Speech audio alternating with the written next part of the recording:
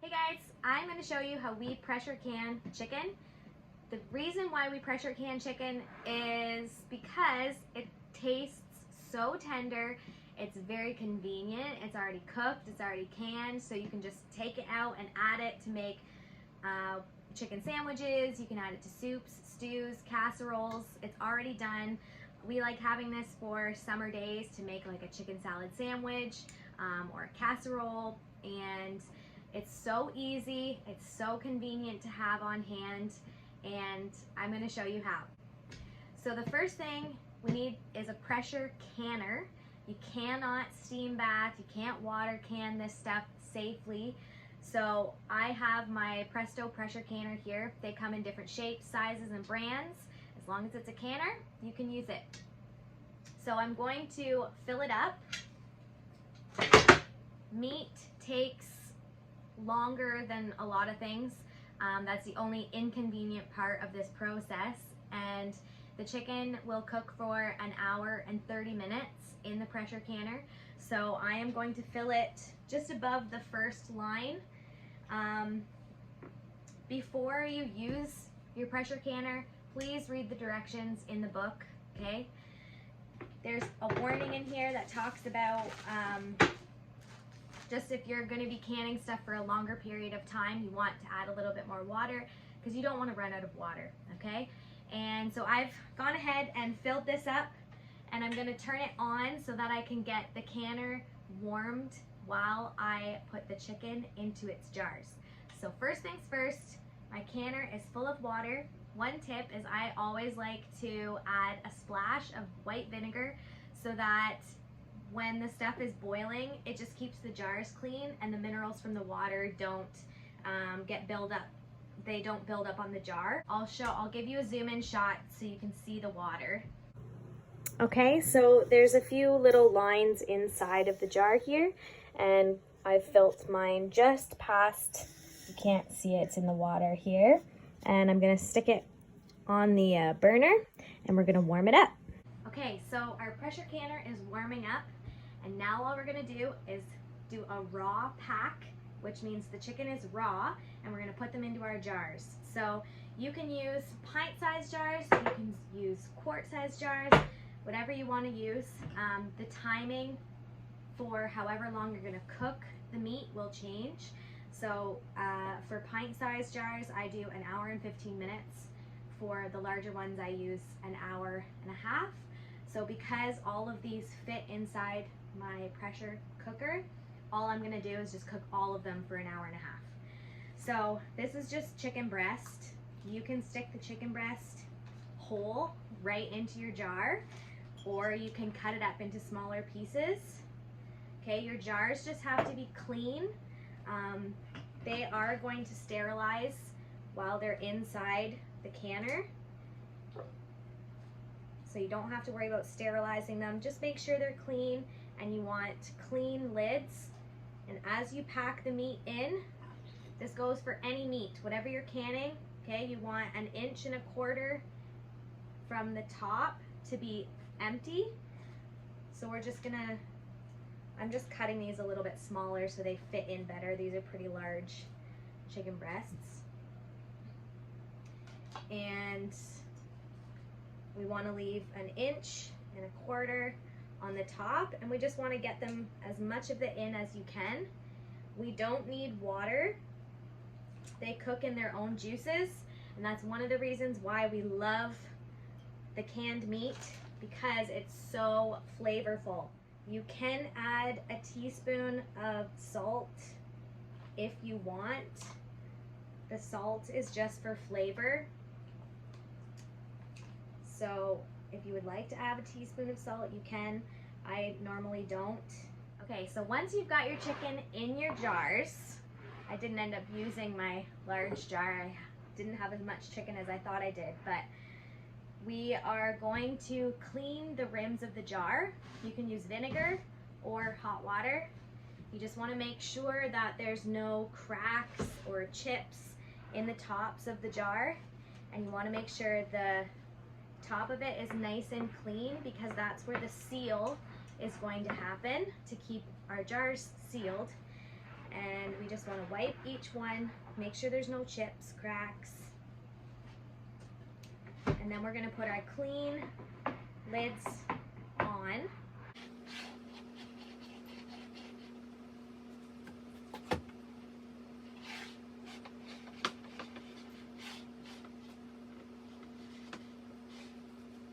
Okay, so now we're going to put our lids on. I am using a mixture here. These are brand new lids, the ones that have the popping sound. I'm going to put a couple of those on. I also have the Tattler lids, which is a reusable option. I have hit and miss reviews on these. That we can do that in a different video if anybody's interested in those. But I'm going to use a couple of these as well. And then we're going to take our screw tops and we're going to screw them on finger tight, okay? If they're too tight, it's not, it can prevent it from sealing. So just watch. That's all I'm going to do, okay? Watch again. So you want it to be tight, but you don't want it too tight, because if it's too tight, the air can't get out and then stuff gets trapped in the seal, and then as it cools, it doesn't pop down, it doesn't pull down. There's stuff preventing it from sealing, and then it won't seal. So we just want it finger tight. We don't want to crank it, but I also don't want it, I don't want to just screw it on so it's loose. What I do find with meats and things that are cooking for a long period of time is you're better to have it looser than tighter, because once you take this out of the canner, you can actually just take a cloth and tighten the lid again, so that as it's cooling, it will help the lid to stay in contact with the rim so that it has a better seal. I've never really had issues with it being too tight or too loose. So rule of thumb, just finger tight. So they're all ready. What I'm going to do is I'm going to stick them in the canner so that these can warm up with the canner while it's warming up, and I'll talk to you a little bit more about the canner.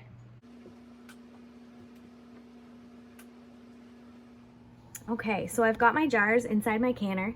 You can see they're warming up in there. This is nice and hot. And what I'm gonna do on my canner is I'm gonna check in this little hole. Different canners will be different. This is a Presto. Just make sure you read the directions first. I'm just gonna check this hole to make sure I can see through it, because this is where the steam is gonna come out of. Okay, so all I'm gonna do is look through this little hole, make sure I can see through it, and then I'm gonna put the lid on nice and tight.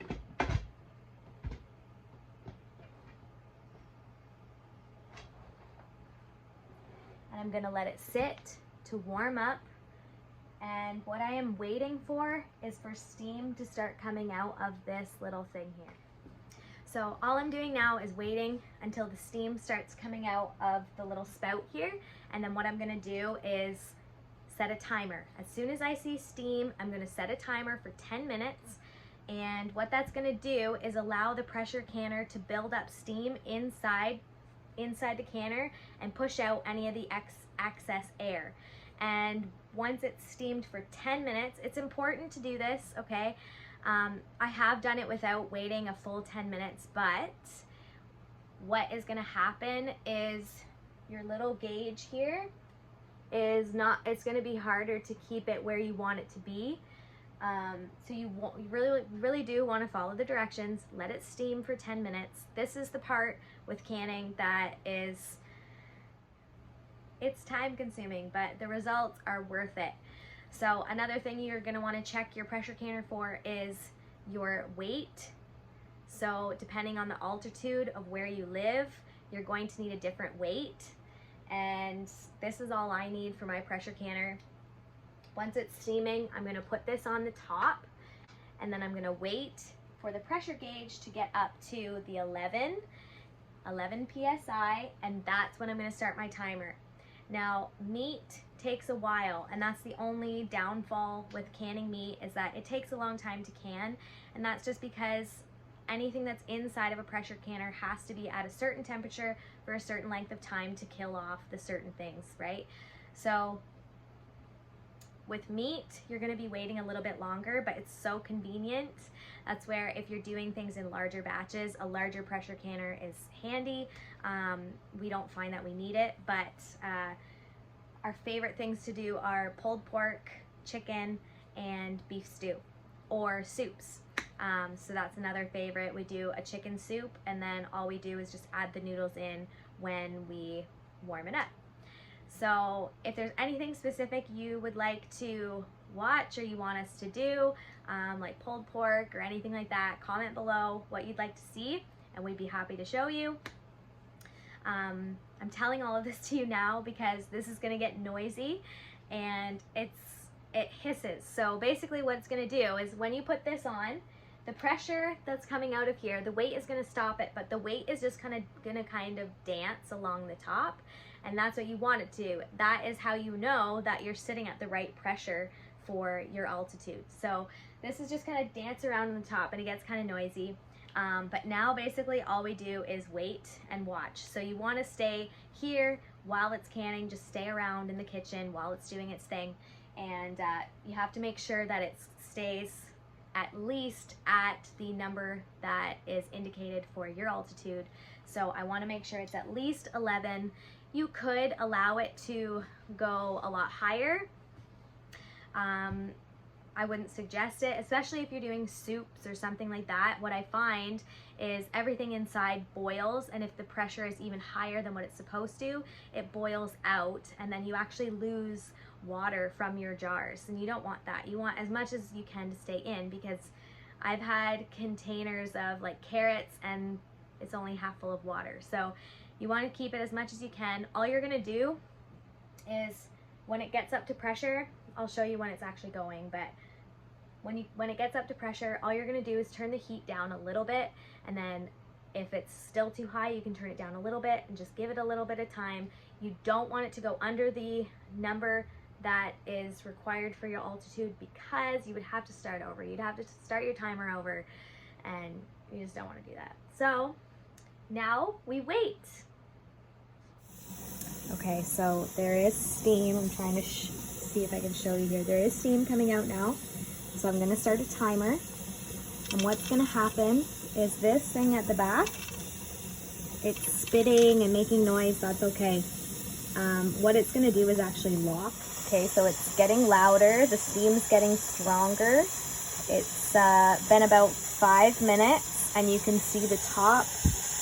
You can see this is actually sticking out of the canner now. So that is, the pressure is steaming. It's locked and it's building. We're gonna leave it for 5 more minutes, and then I'm gonna show you once we put the weight on.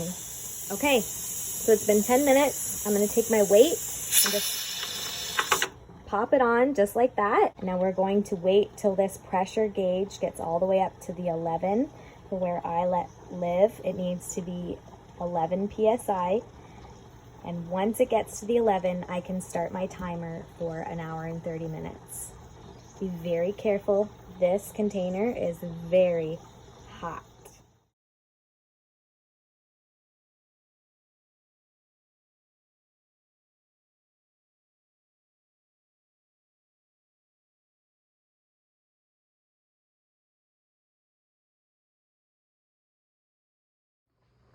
Okay, so it has reached the 11 PSI that I want it to reach.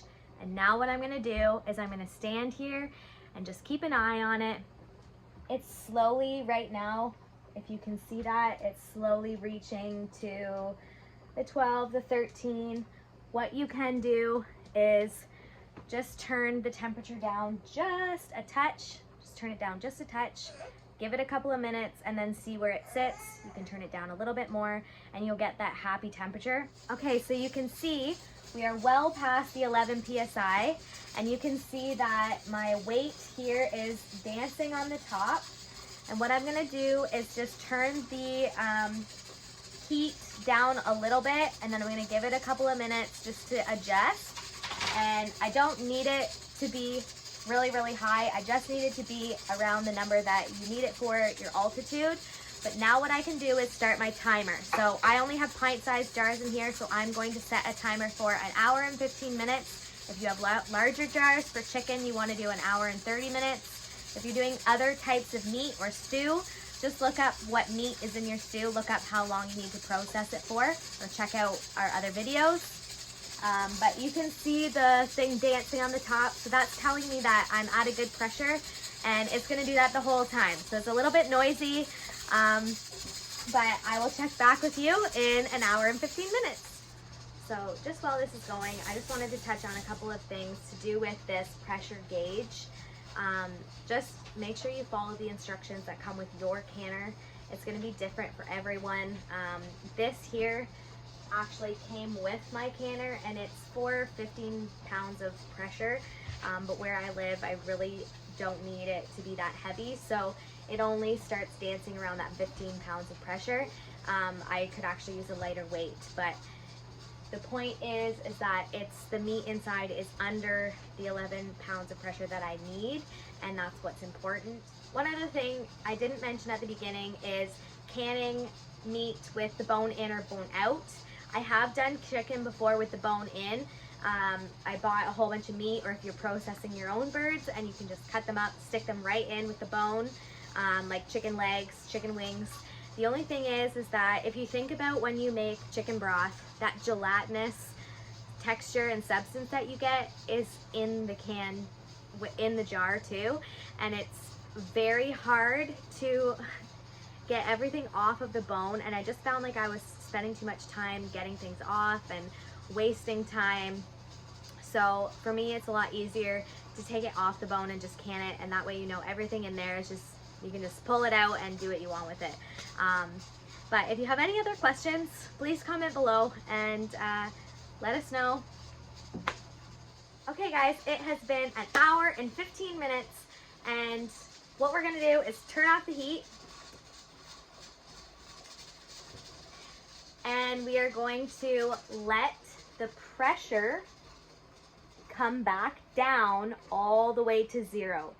Once it's down to 0, then we can move on to the next step. So we're gonna sit here and we're gonna wait.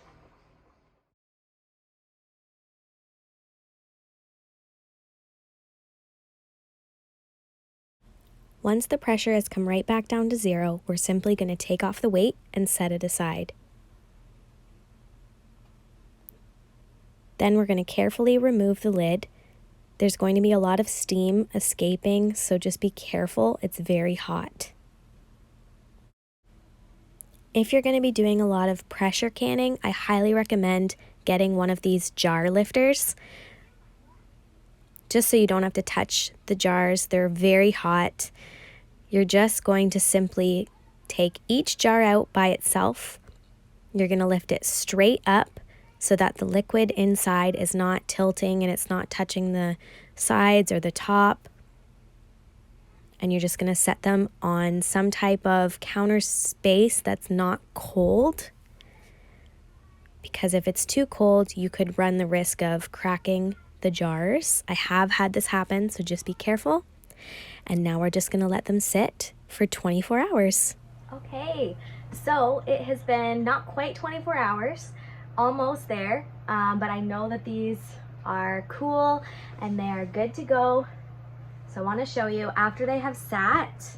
You should let them sit for 24 hours just to cool and process. As these jars, without the reusable lids, as they cool, you'll hear them pop. And we're going to take these screw tops off now, and we are going to give them the test run.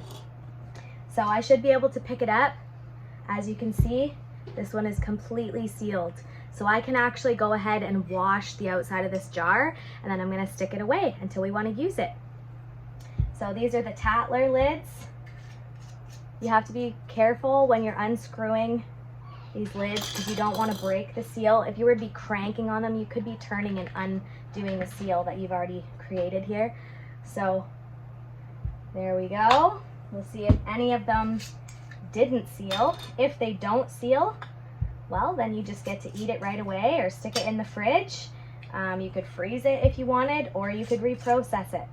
Reprocessing anything that has been canned, pressure canned for a long period of time is you're going to be cooking it for quite a while. So I don't usually reprocess things unless it's jams or jellies or something like that, maybe soups. But okay, so what I'm going to do now is I am going to wash these off and I'm going to put them on the shelf to store them.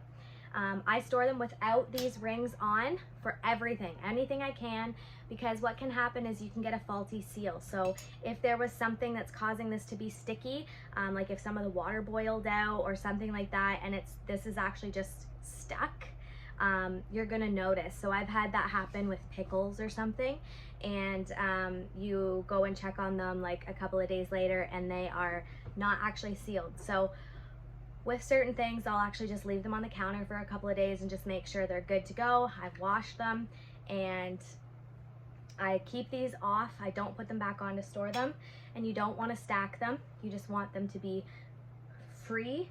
And that's pretty much all there is to it. And as you can see, we've got chicken ready to go. This is like, you can just use your fork and just, it pulls right apart just with your fork. It's so good. And yeah, I think that that's all there is to it. If you have any questions, please comment below and let us know what you think. Yeah, make sure to like and subscribe. Thanks for following along with us, guys.